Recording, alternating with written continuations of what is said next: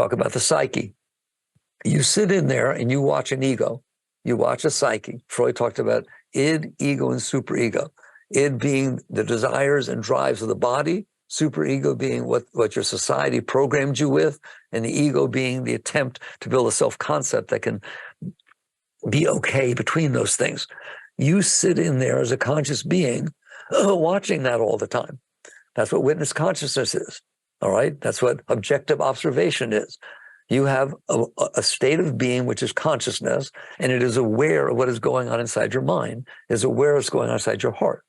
If you start having trouble with your heart, I would tell everybody, don't come to me for therapy. You don't want to. If you came to me and said, my heart's killing me, my boyfriend or girlfriend left me, and I'm having all this pain in my heart, I know what I'm going to say to you. How do you know? How do you know that your heart hurts? And eventually you yell at me because I'm in here. I'm in here experiencing it, and I'll pranam to you. Because you who's in there experiencing it are not in pain. You're looking at and experiencing something that's in pain. So you are the objective observer, the consciousness, and you're watching this preference system that is limiting your ability to be happy.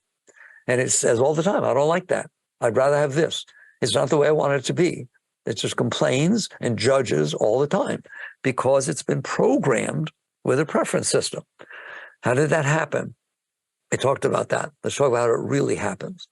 You have experiences in your life that are not comfortable. Throughout your life, you've had various experiences that are anywhere from slightly uncomfortable to traumatic. You don't like experiencing that. That's not a nice experience.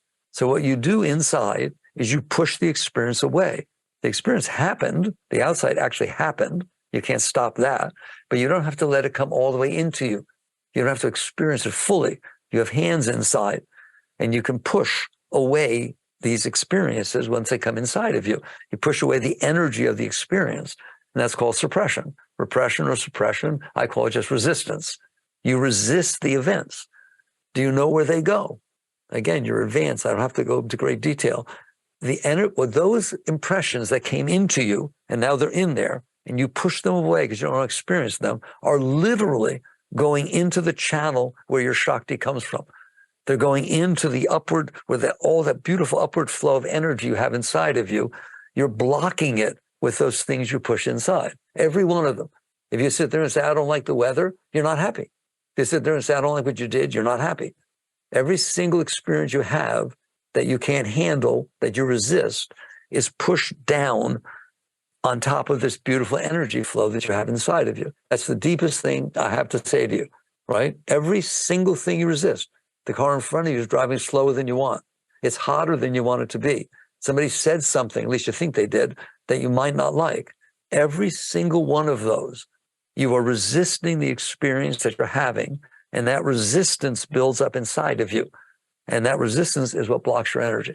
And that's the bottom line of learning. You can do all the techniques you want. When it's said and done, as long as you are doing that, you will never reach unconditional happiness. Why? Because you said so. You said, I don't want this to have happened. And that becomes a really interesting discussion. I purposely stuck in the word to have happened. It already did happen, but I don't want it to have happened. You tell me how that works out. Reality wins. It actually took place. Like we're talking about things you did that happened in your past that you pushed away, you resisted.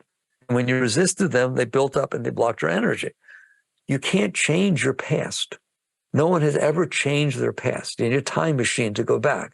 All you can do is deal with how you dealt with your past. And right now, you keep pushing it back down. If you had a bad experience, you're not doing well, something reminds you of the bad experience, you get uncomfortable. And so you push that back down. I can't sit there and look in your eyes up close, but do you understand? You do it all the time. That basically something reminds you of what somebody said that bothered you 10 years ago. You have an ex-husband, an ex-wife, and somebody says, oh, let's go to the party. And you still think, well, I hope George is in there. And if somebody calls out at the party, George, where's George? Doesn't mean it's your George, but I promise your heart jumps because you stored this stuff inside of you. As long as you're storing problems inside of you, you're going to have problems inside of you.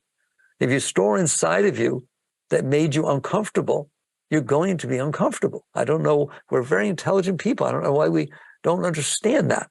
People collect all kinds of things. They collect coins, they collect stamps, they collect teapots from all over the world. You decided that it would be wise to collect bad experiences. And that is what's in there. And that is the only reason you don't feel ecstasy all the time. Let's just make sure you got your attention, right? You are an ecstatic being. There's total love and joy welling through you all the time, period, all the time. And the only reason you don't feel it is because you've stored problems inside of you.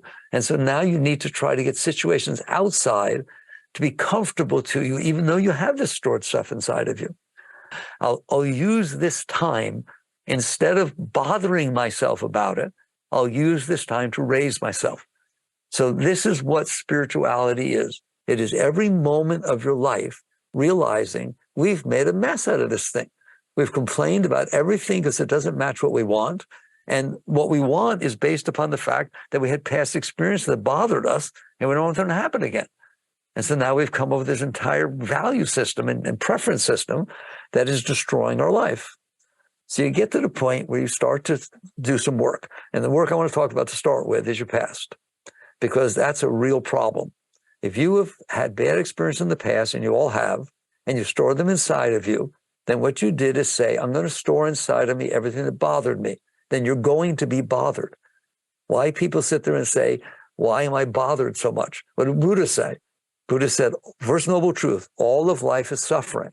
That's what he's talking about.